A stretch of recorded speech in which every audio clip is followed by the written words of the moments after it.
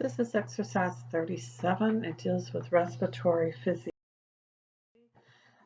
This will contain some explanations for the different types of readings that you will be taking on the worksheet that has also been posted, that it goes along with this particular exercise. Some of the vocabulary with respiration, pulmonary ventilation or breathing, that's just movement of air in and out of the lungs.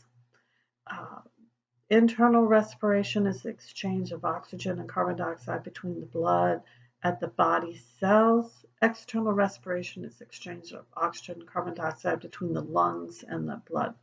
So we use some of these terms to distinguish where is this gas exchange occurring, in the lungs versus in the tissues other than the lungs. Transport of gases looks at how the oxygen and carbon dioxide are carried in the blood between the lungs and then throughout from the rest of the tissues. This exchange of gas that occurs inside the lungs between the blood and the lungs, it's between the alveoli and the capillaries that surround the alveoli as part of the pulmonary circulation. What happens here is that the partial pressure of oxygen in the alveoli is greater than the partial pressure of oxygen in the blood, in the capillaries. And so what happens is the gas is going to flow down that pressure gradient, just like you saw in diffusion, where things will move from an area of high concentration in the liquid to an area of low concentration in the liquid. The same thing happens with pressure. It moves from high pressure to low pressure. So because the pressure of the oxygen is higher in the alveoli than in the pulmonary capillaries, then that means the oxygen will move out of the alveoli and into the blood and the capillaries. The carbon dioxide pressure is reversed. It's higher in the blood than in the alveoli. So the blood, as it comes into the lungs, goes through from the arteries down to the arterioles, down to those capillaries that are surrounding the alveoli sacs. The partial pressure of the carbon dioxide is higher in the blood than in the alveoli, so that the carbon dioxide will flow out of the blood into the alveoli, and then you're going to end up exhaling it. It's a way of getting rid of that CO2, a waste product. The internal respiration, that's the exchange of gases between the blood. Now, at the capillaries that are throughout the rest of the body other than the lungs, and the tissues, the cells that are right there among them. So basically, exchange of gas between blood and all the other tissues other than in the lungs. Because this blood has already gone through the pulmonary circulation, you're now talking about systemic circulation. So initially, this blood is going to be high in oxygen concentration. The pressure is going to be higher now in the blood than the partial pressure in the capillaries. So the oxygen is naturally going to flow out of the blood. Carbon dioxide is a waste product that builds up in the tissues. And so the partial pressure of the carbon dioxide is higher in the tissues than in the blood, so it flows out of the tissues into the blood. So usually what you're having is oxygen and carbon dioxide. They're moving in opposite directions, both in the lungs as well as in the tissues. The respiration obviously has to work along with the cardiovascular system because that's the transport system for the oxygen and the carbon dioxide. Most of your oxygen is going to bind to the hemoglobin. The carbon dioxide, when it diffuses into the blood, most of it will be converted from carbonic acid, and from there it goes to bicarbonate ions and hydrogen ions.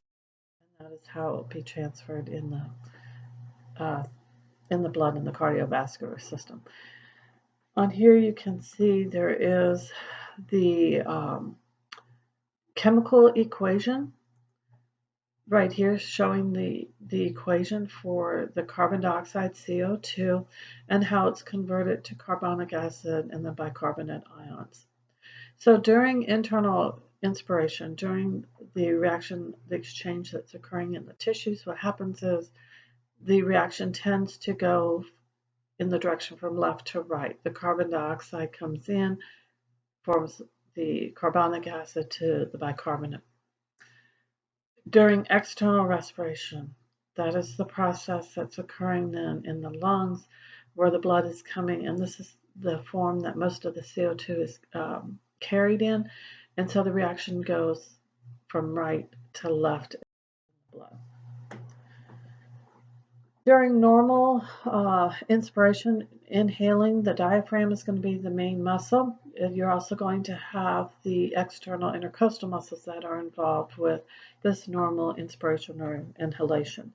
If you try to take in a very deep breath, so it's forced in, it will include these additional muscles down here, such as the sternocleidomastoid, pectoralis major, pectoralis minor, and serratus anterior muscles.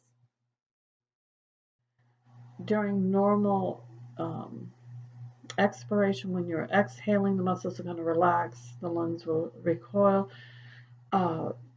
If you force a deep breath out, it's going to involve the internal intercostals, the rectus abdominis, internal obliques, and transversus abdominis muscles.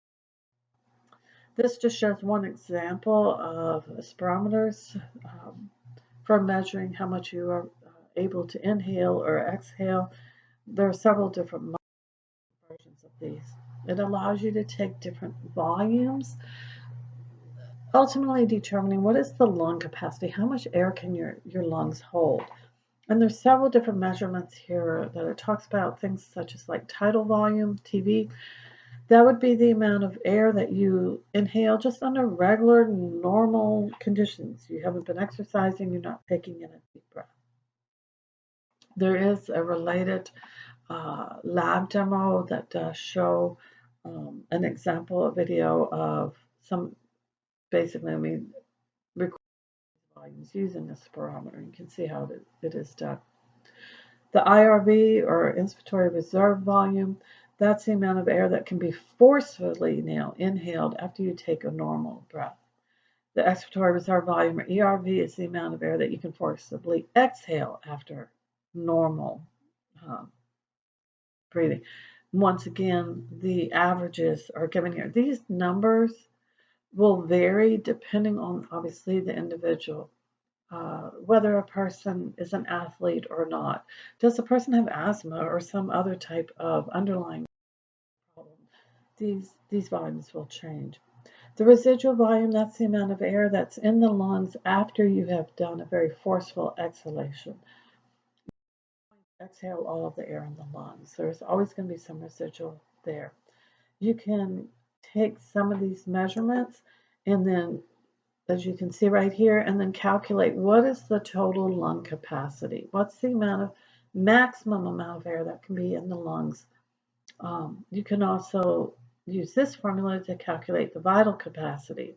That's the maximum amount of air that can be expired, that you can exhale after maximum.